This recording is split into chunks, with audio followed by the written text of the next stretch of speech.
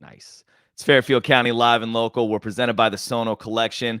Today, I am speaking to a singer-songwriter. He's played with some of my favorite acts in the world. A lot of bands you can hear on the Fox, Tedeschi Trucks Band, Black Crows, the Black Keys. He's a founding member of the London Souls, and he's got the new album out right now, Charge It to the Game. Tash Neal, dude, What thank you for up? being here. Thank you so much for having me, man. Appreciate it, John. Absolutely, bro. And thank you for bringing your friend. That's, you know what? Like, Listen, not enough listen. people do it. This is how I kind of like to communicate. It's just a little bit of, hello, how are you? That's Just a so quick good. in and out. You know. It sound like just the sound of it is great too. I've done live performances through the Zoom, and it can get wonky, man. It can turn into with the guitar. Well, I'll So tell you props what. to you. Shout out to, and I appreciate that, and shout Yeah. out to a year of practice. Listen, if anybody's had Wow. a year, it's been all of us out here virtually. So it gives a little confidence to strumming. It's like, all That's right, I a know what to expect a little bit. That's a good point too, because I haven't done that since May of last year because it was sounding terrible. But then we all kind of figured it out over the last year, didn't we? Right. It was sounding terrible. It's It funny. was, dude. It was a struggle on some of them. It was a struggle. I felt bad for guys, but But we got it together. we Everybody did got get it it together. together. You We know, did and get it then together. Well, and yeah, you got this new thing together. But I want to get a little bit of background before we start yeah. talking about the album. So you played with the London Souls. I first saw you with the London Souls with Chris, your Hmm. partner in that band, My brother. at the acoustic. Yeah, God, 2015, yeah, something like that. A little while back. yeah. You've played all over the world. I know you've been hanging out in Connecticut recently. Hmm. But like me, you're a New York guy. You grew up in the city. Born and raised. That's right. Born and raised, right? Which was me as well, except I moved to Connecticut as a teenager right before I started playing music. So I missed Ah, out. okay. I missed out on growing up as a musician. Can you tell me what it's like coming up in the New York scene as a musician? Well, I think, and I gotta say, you know, when we were younger, me and Chris playing, there were, CBGBs was still around. I Right. was lucky enough to play. I had friends who had bands, and I would be their bass player. If they need a second guitar player, I'd do that. So that gave me the opportunity to play in New York venues. But a lot of the times, you had to be of a certain age to play these venues. Right. Hate to say it, but we had to get around some things at the time to make it happen. Music was everything, so it They say wasn't. fake it till you make it. Sometimes it means faking And your age. I, can't confirm nor deny, but I will say that we made the shows happen, and it was super educational and informative because you learned a lot at Right. a young age, which was helpful, and like people say a lot of music, the greats come to the city, they migrate there. So because of the location, you're just around a lot of great players. So I was fortunate to be younger, playing around.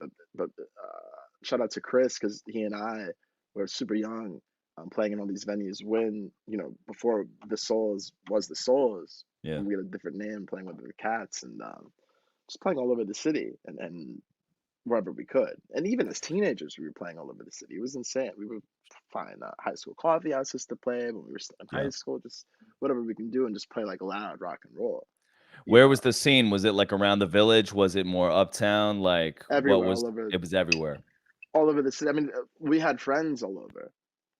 So that, but Right. the same age. But it was a very special time because, the cats our age happened to be into that music.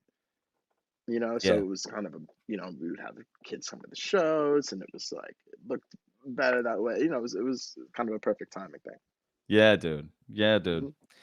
Well, so I mean, we you talking about your work with the London Souls with Chris, who like you were just described as your brother. This is a guy who you really it's the work you might be best known for at this Hmm. point. What is the difference? Because this is your debut solo album. Hmm. What was the difference between working with a partner and striking out on your own? Was there hesitancy there, or was it natural? No, I wouldn't have released it as a solo project without Chris's blessing. Wow. Because he is a brother of mine, and he plays on the record too. You know, Yeah. we never entered in to a group. If any of us were ever talking like, oh, one day I'm gonna have a solo album, like we wouldn't have been in a Sure. band together. We would have been Sure. like, this guy is a joke, you know. Yeah. So that was never it, any of our personalities, or anybody we worked with really. So yeah, so that was never, yeah, I mean, it's Right. funny even thinking about it because Yeah. that was, Well, but you hear about that, right? Like that's the famous downfall of all bands. You know, someone gets an ego and someone makes a solo record, and it's never really the same yeah, again. no. Well, matter of fact, I mean, the thing with our band was, I was such a fan of his. He's a brilliant musician on his own right, and so we inspired each other as musicians and songwriters. So it was always a growth thing for Right on. everybody, um, and beautiful in that way. Like in terms of like, oh, kind of everybody's on the same wavelength and kind of growing at this level and growing as songwriters. But I was always inspired by him. It's kind of like an older brother that when like you're kind of a couple of months older than a cat. We were talking about this earlier, Yeah, yeah. and it's always a couple like when we were younger, and I was like, If damn, this you is if like a you meet year. them when you're younger, a year is Right. like I was like, a this dude's a year million. older than me. Like, this is That's crazy. right. Like, yo, he's a sage, that kind of thing. That's And I right. still feel that way. It's funny. I got my buddy Ryan, who's 6 months older than me. He's 6 months older than me, but that makes him born in 1986 instead of 1987. And That's he's it. always been the old man of the crew. It's the most Oh, that's me. unfair. I'm the old man then. I'm 86 as well. Right. Oh, see, yeah, there you go. I'm 87. Right. But yeah. Well, that's funny. So then, well, but what about then creatively? Like, you've got the blessing, you're doing this, Mhm. you're striking out and doing this thing. He's playing on it with you, but it's coming more from you and less from a collaboration. Was there a struggle there? No, because that he knew how personal the story was. I mean, Right. when I was, this whole album is kind of not a concept album, but because it's so personal, it was about, my relationship with life and death. I went through a near fatal car accident in Yeah. 2012, and that was kind of the impetus for this whole thing. And one of the first cats I hung out with was, other than my family, was Chris. Right. So if anybody knows how personal it is for me, it's definitely him. Well, and As my family. yeah, yeah, yeah. And that is I was reading about that, how you had, I think it was in 2012, you said you Mhm. had this really traumatic, I hope you don't mind me saying that, No, like no, saying no. so, year, where you had this near fatal car accident, you had losses in your family. Mhm. Uh can you, and it's, I mean, like 2012, you think about that, that's 10 years ago. Can Right. you talk can you talk about how that started to influence you creatively? Because this album is a party. It's a good time, Yeah, yeah. but the themes that you talk about, loss, recovery, Mhm. social justice, things like that are heavy issues. Um, Yeah.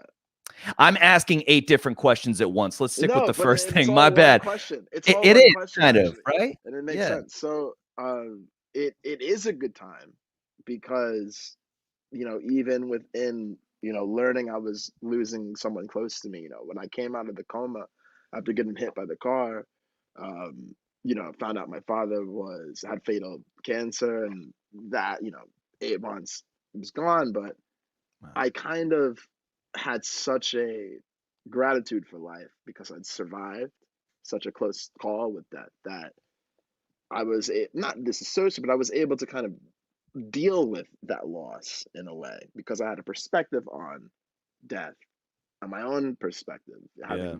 having become very, very close, and knowing that, you know, while it's painful to lose people in the present in the physical sense, that love is still with us, if that makes sense. And I always try to tell people that because that's the one thing I think is a takeaway, that I'm lucky enough to have survived something like that, where a lot of people don't get to, if they have a severe brain injury like myself, they don't get to communicate or, have the language to communicate that. Sure. Um, but yeah, it was a wild year, and didn't know if I could create anything, right? They told me, we don't know. But they told my family, we don't know if you can. you know. Were you able to walk at this point? Were you able Oh, to, no, no, play your no, yeah. instrument? No, I mean, they so in the beginning, they tried to wake me up. I was paralyzed on one side, and then, you know, they put me back on there, and then Yeah. they were like, "We don't know." And they woke me up, and then I came out, and they remembered everybody and was awake, and then freaked out the doctors. They were really freaking out. Shout out to um, the Cal, they're the great, amazing surgeons, Yeah. and yeah, I beat a lot of odds in that respect. Yeah. But I wasn't supposed to walk or talk. It took me about, you know, I was in a coma for a week. When I woke up, it took me about a few days to learn how to walk again, 3 days, and I That was doesn't out sound next like a week. lot of time. That sounds It like a wasn't. pretty quick comeback. It Nice. was pretty quick. It was freakish, man. And I had to live a few months without half of my skull, and then I got a plate put in, and then got back to work. I had my show the next month, my first show, a month after that surgery. How quickly did playing come back to you? I had a buddy who went through something similar. He said it took a little while. No, it my parents are both musicians, and Okay. obviously all of my close friends are musicians, so there was always music around me, and the music was being played, and I think that had a lot to do with my recovery in a way, or my Mm. sort of snapping back into things. I mean, there's no way to know, but Yeah. why not? Um, Right. Right. Right. Right. and but yeah, no, I remember, my dad had a guitar around, um, and I didn't like I knew that I'd been in some sort of accident, but I didn't know that we just made a record. Like I forgot Okay. that. So that Oh was really wow. fun to listen to. I was like, this Holy is great. crap. Like, it's like I forgot me and Chris made this record. It was the second Yeah. Souls record. Here Come the Girls. And I was like, this is great, man. Like, this is awesome. I can't believe this. Like, We I got should to make cover this this record. song. No, seriously. And I was Oh, like, oh, that's this is nuts. done. Like, I don't have to record this. Like, I felt like I got away with something. I was like, this is amazing. Like, this is great. Wow. And but my dad had the guitar around, and I was lying in the bed, and I hadn't walked yet. This is like truly before I had been able to walk. And I like gestured over for the guitar, hands me the guitar, and I played There you go. Little GDA. I It's handed it beautiful. back, and I was like, okay, all right. And I that's got it. kind of what connected me to the before. Even though physically I could never go back, Yeah. I was like, okay, this feels like an inner soul kind of thing, right? Like whatever that I'm is still in the same makes you place that I was before. right. Well, That kind of not deal? everybody, like some people count like this or like this. Some people play a C, like the way you play chords is Yeah. specific to you as a musician, right? Yep. So the way I played those chords, I was like, oh, okay, Okay. that was it. That that's wild, dude. Well, and I mean, you spoke about too, your father, his influence in your recovery, but also the fact that he passed so shortly after that. You mentioned Mhm. before how that gave you, and I think there's a quote in an interview that you did about how your experience helped you deal with that loss. Can you Yeah, talk about that for a minute? absolutely. 'Cause that's an interesting concept. I think if I had not been through something so traumatic, it would have been far harder for me to deal with that loss because my I was so very close with both of my parents, and to lose any of them, either of them, any of them. Yeah. This eight, Right. I Yeah. have Yeah. 8 parents. Yeah. Right. I mean, either, any, we got it. All of them. We got it. But Right. so I it was devastating, and I was really I couldn't believe it when I literally just got out of the hospital, and I was like, got to sit down. And I was like, are you kidding me with this? And then before I knew it was over, but I had music, right? So I was able to play, and I was able to express myself in a way, even with brain damage, even with all those things, Yeah. I was able to heal in that way, not even consciously, just through music, I do believe that was massive, in that healing process. Yeah. But myself having been so close to death allowed me to understand that even though this physical was ending, that wasn't forever, right? That I lingered for a little bit. Cats that I know lingered for a little bit. Yeah. I don't. It was gave me a peace that I could, that I earned, but feel, fortunate to have in a macabre sense. But I do Yeah. feel fortunate that I have that. Well, there is, like I was saying, a levity to the album. It's a great dance record. It's, there's a lot of disco influence in there. There's a Oh lot of yeah. funk influence in there. There's a lot of punk influence in there. It's Hmm. not afraid of the major scale at all, which Oh no you no. like you which you'll hear a lot these days. And I loved that about it.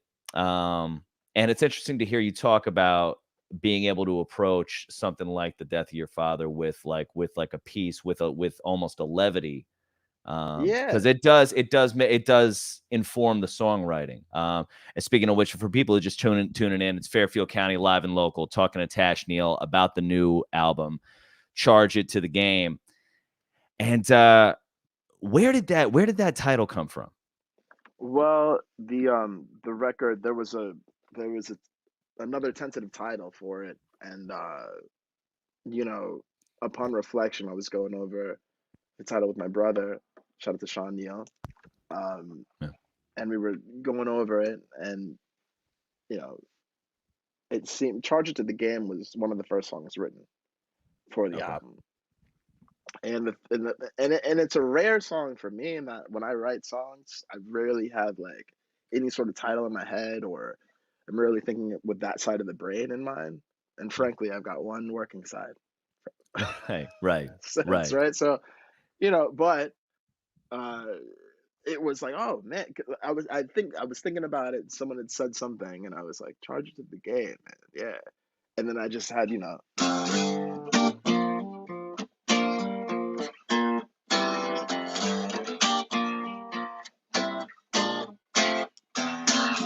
and I was like, okay. And I was sitting in the room.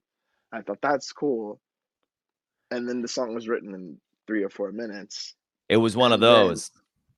immediately, yeah, everything. And everything made sense because it was about all of the things at once. About like you go through things, but you gotta let it go. Charge it to the game. Yeah. Charge it to the game. Keep it moving. You don't forget it. Right, but Charge just it. but yeah, It's accounted for. you chalk But it up to the cost of doing business almost. charge it to the game.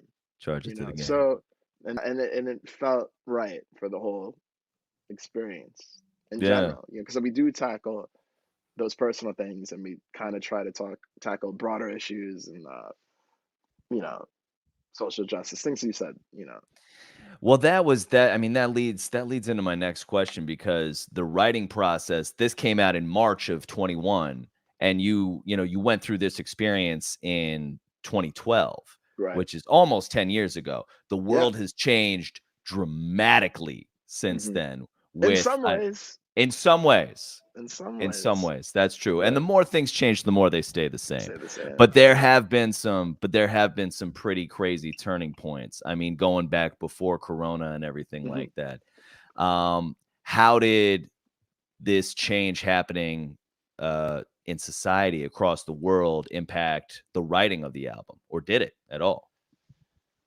I think it did in a sense that like a couple of the tracks that were written, the Dan Auerbach produced tracks, right?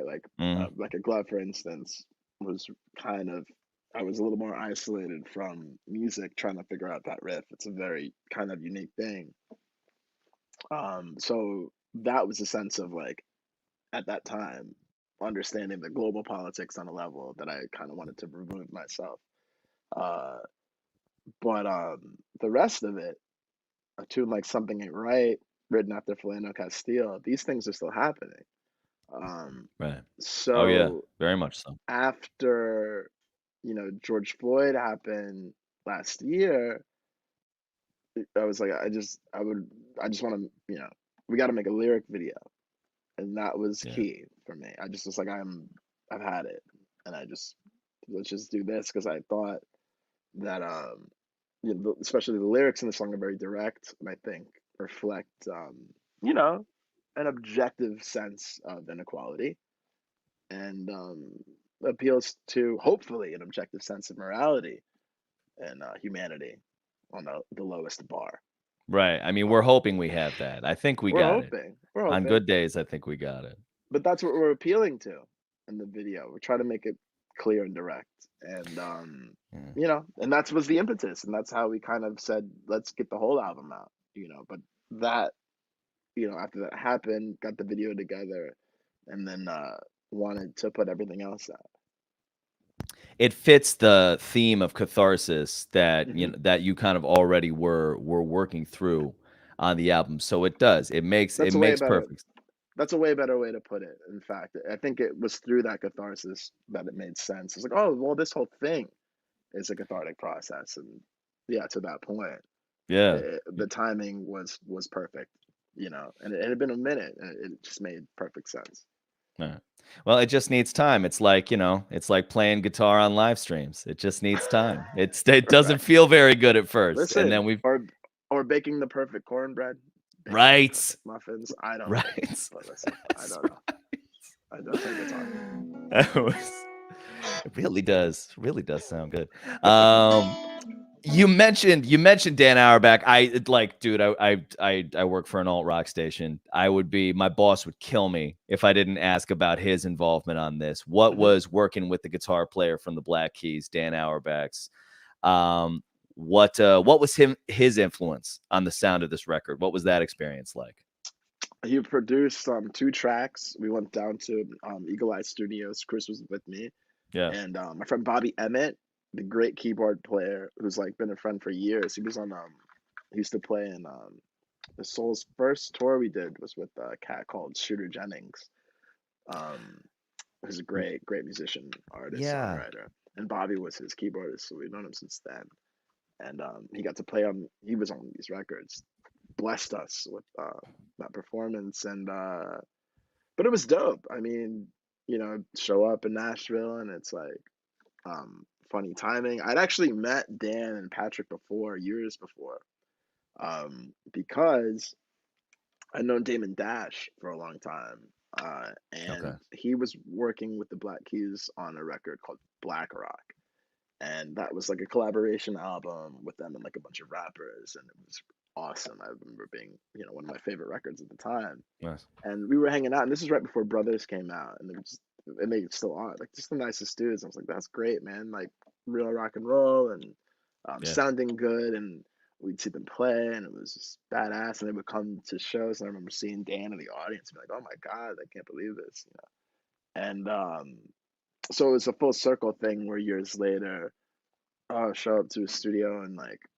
is producing this record, and it was great and super chill. Just kind of, he's an artist. He knows what it is to write songs, and he knows what it is to produce songs. So it's Right. like not different. It's like you're just like, okay, like yeah, please, like let me know the gems, man. Ah, that sounds great, dude. Yeah. So, I mean, we've got the Connecticut album release party. That's That's coming right. to FTC July FTC 23rd. Warehouse. Yeah, Tickets, buddy. folks. Yeah, buddy. And it's a Tickets. full capacity show. A full capacity show, I feel which like is an I'm doing my reps every day for this, man. Like I feel I like no, because you guys don't understand. It's a full capacity show, so this is gonna be like a sweaty. Like remember the rock and roll shows from oh yeah. rock and roll shows. That's what That's what this is about. Right. Right, You know, exactly. So what do you got? I mean, what do you got planned for this thing, man? I mean, you've got, we've talked so much about all the different people you've collaborated with. Are we thinking like special guests, some London Soul stuff, mostly your stuff, covers? What are you thinking? I mean, I don't want you to give away the whole show. I can't do that. No. There will be a man. It's gonna be so sick. There's gonna be some dope collaboration happening. I won't give That's too great. much away. There's gonna be um my band who I play with are featured in a couple of new music videos I've got. One of which is Catching Up that was just released. Check out All my brothers, Instagram right? page for that. That's right, the Godfrey brothers, Right. and also in the like Glove music video. But they are unreal. So a lot of times it's just an explosive situation. I can't even. It's gonna be the album, but wild. I'm really excited for everyone to sweat, move, and get loud. Dude, we're excited to do it too. And Nardy Boy, of course, is going to be opening up. Beloved local crew right here, Shout out to Renard. Renard. Shout Yeah, out to that's right. Teppa. Shout out to the G's. You already know, man. These cats. I'm so excited, and Exactly. I don't want to talk too much, man. But it's about to be a lit night. I got you, man. Well, dude, listen, we're all looking forward to it. Tickets are still on sale, but they are running out soon. Full capacity show at FTC July 23rd, and this weekend too. You mentioned Something Ain't Right. You mentioned Catching Up, and you mentioned I'm blanking on the third song, but we've got Like a three. glove. Yeah, it was Like a Glove. That's what it was. Thank you. We've got 3 songs from the album that we're going to be playing on 95.9 The Fox this Sunday, along with another hour of local music from some great local artists. But we're opening with 3 off the album. And Tash, dude, this has been such a great conversation, man. Thank you so much for sitting Thank down you with so me. much for having me. Appreciate that.